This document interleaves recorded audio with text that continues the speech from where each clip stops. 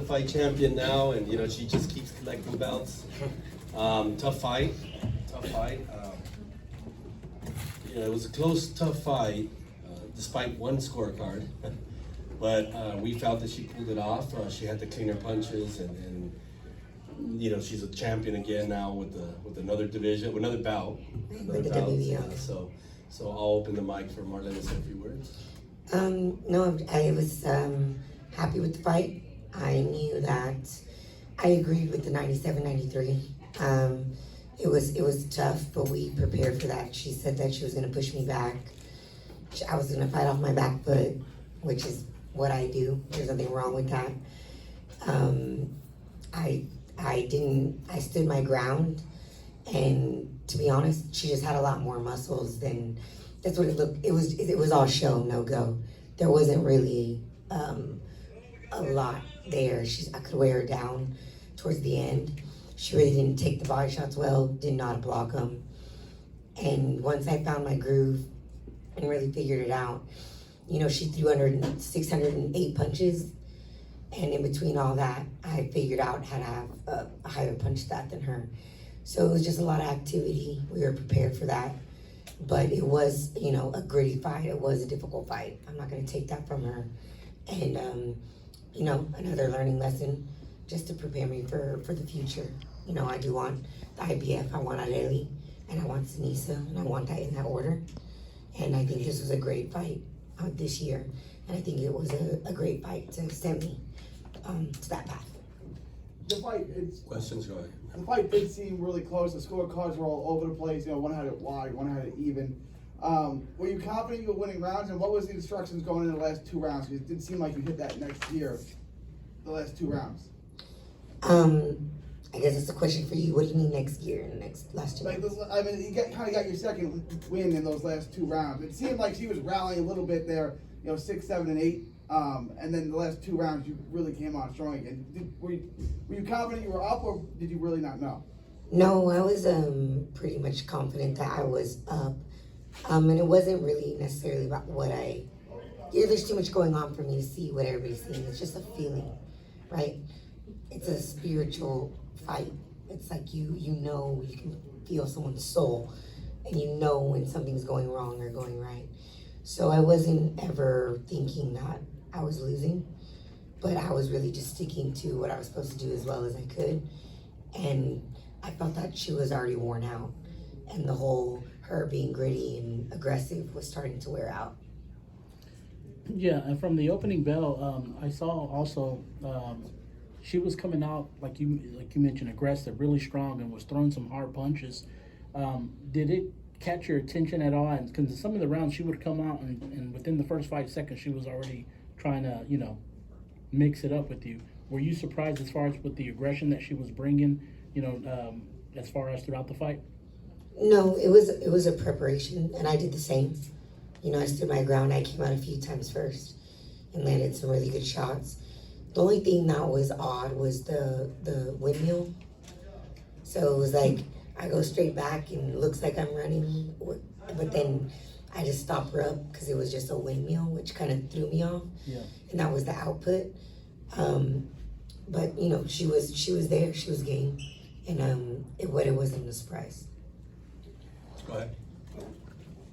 Yeah. Stephen with Standing 8 podcast. Marlen, great fight, champion as always. I was gonna ask, did that cut affect you at all? We have Jojo Diaz here, who's no stranger to cuts himself. As fighters, y'all don't get rattled, when you're championship level like that. Did anything cross your mind, or it was just business as usual for you?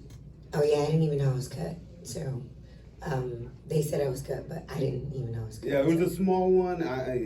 Your cut man obviously did a great job. Yeah, but during the time it was just, that's not, whatever's going on is going on. It's just tunnel vision. So Awesome. Go ahead. Monty Munguia from New York Fights. I don't ever remember seeing you hurt. I really don't.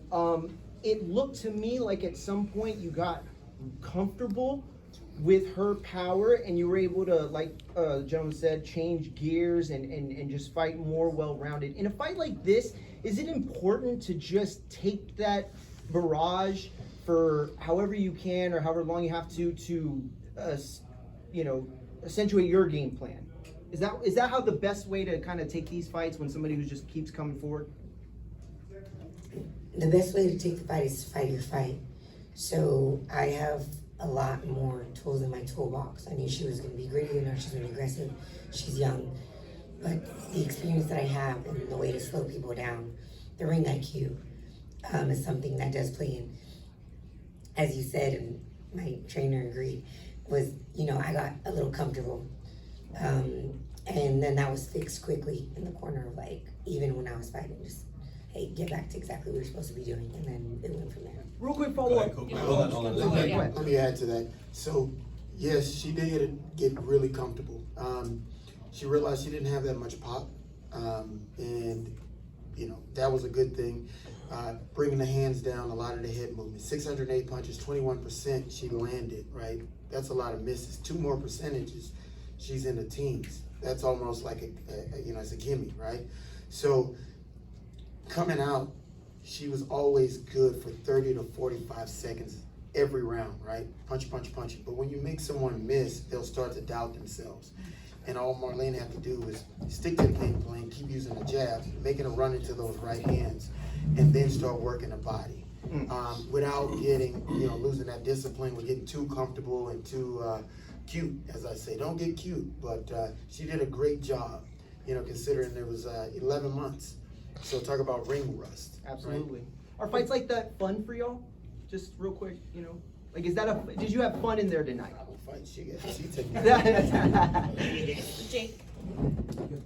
Oh, go ahead. Well, it's always fun. It is, okay. Yeah, it's always fun because it's what I do. I've been doing it for so long.